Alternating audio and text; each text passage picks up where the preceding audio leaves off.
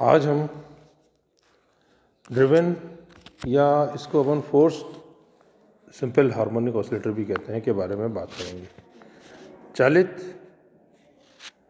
या प्रणोदित सरल आवर्ती दोलक। जब किसी अवमंदित दोलक पर बाह्य आवर्ती बल F = F0 sin ωt लगाया जाता है तो दोलक प्रारंभिक अवस्था में अपनी स्वाभाविक आवृत्ति ω0 से दोलन करता है, पर कुछ समय पश्चात ω0 आवृत्ति के दोलन समाप्त हो जाते हैं और तत्पश्चात दोलक अवमंदन बलों के विरुद्ध किए जाने वाले कार्य के कारण होने वाली ऊर्जा की हानि की पूर्ति बाह्य परिवर्ती बल से करता है और प्रणोदित आवृत्ति, जिसको अपन ड्रिवन फ्रीक्वेंसी भी कहते हैं, ओमेगा से दोलन करने लगता है। यानी इसमें अपन ने क्या किया कि अगर कोई दोलक दोलन कर रहा है तो अवमंदन बलों के कारण उसकी जो स्वाभाविक आवृत्ति जो ω0 थी, वो अवमंदन बलों के विरुद्ध किए जाने वाले कार्य के कारण होने वाली ऊर्जा की हानि की पूर्ति जो है वो बाह्य परिवर्ती बल से करता है। और बाह्य परिवर्ती बल जो कि अपन ने लगाया है F = F0 sin ωt, तो प्रणोदित आवृत्ति ओमेगा से ये दोलन करने लगता है। प्रणोदित या चालित आवृत्ति का आयाम तथा ऊर्जा दोनों समय के सापेक्ष नियत रहते हैं। इस प्रकार के दोलक को ड्रिवन या फोर्स ऑसिलेटर या चालित या प्रणोदित दोलक भी कहते हैं। तो अपन ने देखा था अवमंदन बल में दो प्रकार के बल लग रहे थे।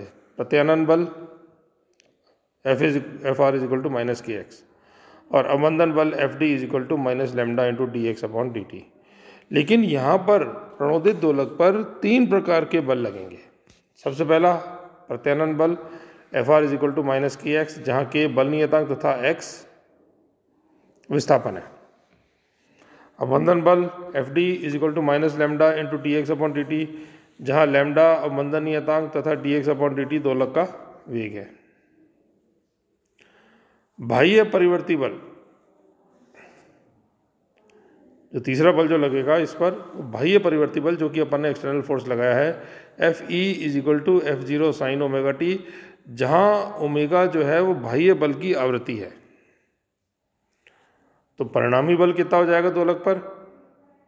तो दोलक पर कार्यशील परिणामी बल होगा F = Fr + Fd + Fe, यानी प्रत्यानयन बल प्लस अवमंदन बल प्लस बाह्य परिवर्ती बल। तो न्यूटन की गति के द्वितीय नियम से m द्रव्यमान के दोलक के गति का समीकरण अपन लिख सकते हैं। F is m × d2x/dt², this is equal to Fr is -kx,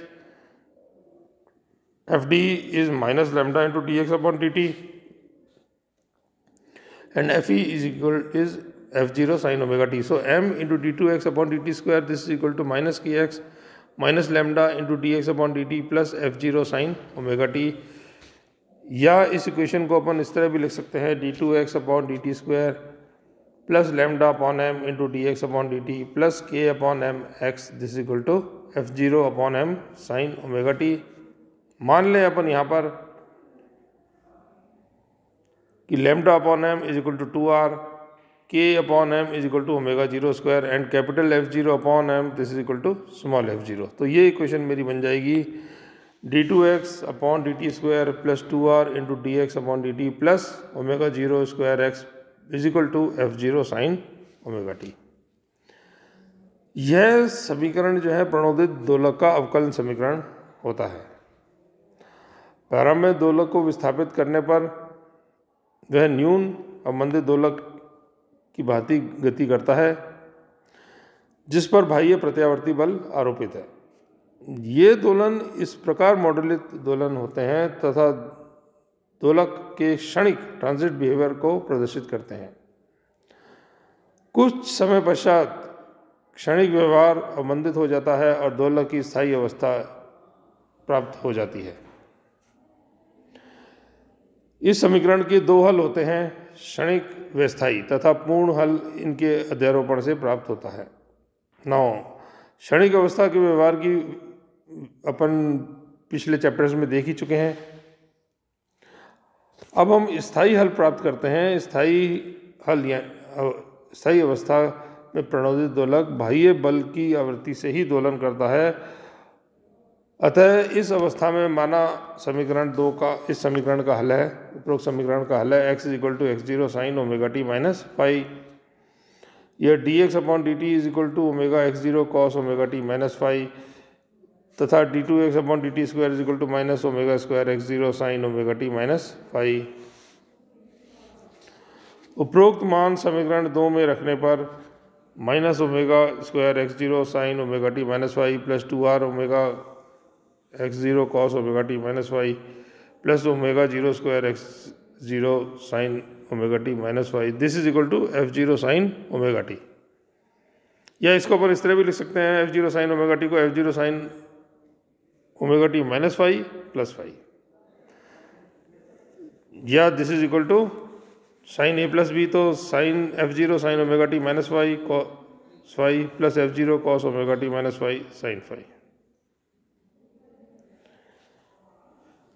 इस समीकरण समय t के सब मानों के लिए यह समीकरण समय t के सब मानों के लिए यथार्थ है। अतः जब cos ω t - phi = 0 हो तो sin ω t - phi = 0 हो, तो अन्य रूप में sin ω t - phi तथा cos ω t - phi के गुणांकों की तुलना करने पर अपन कह सकते हैं कि -ω² plus ω02 x0 = f0 cos phi और 2r ω(x0) = f0 sin phi। इन दोनों इक्वेशंस को डिवाइड करने पर अपन कह सकते हैं कि tan phi = 2r ω/ω0 माइनस ω²। यह प्रणोदित दोलक के विस्थापन x तथा चालक बल के मध्य कालांतर phi को व्यक्त करता है। इसी तरीके से 1 और 2 को यदि अपन स्क्वायर करके जोड़ दें तो अपने पास इक्वेशन आएगी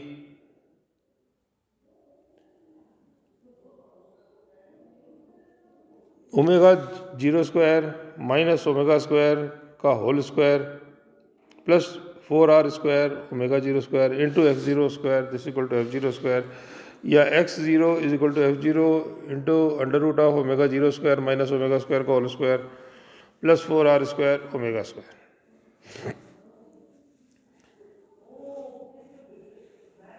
इन मानों को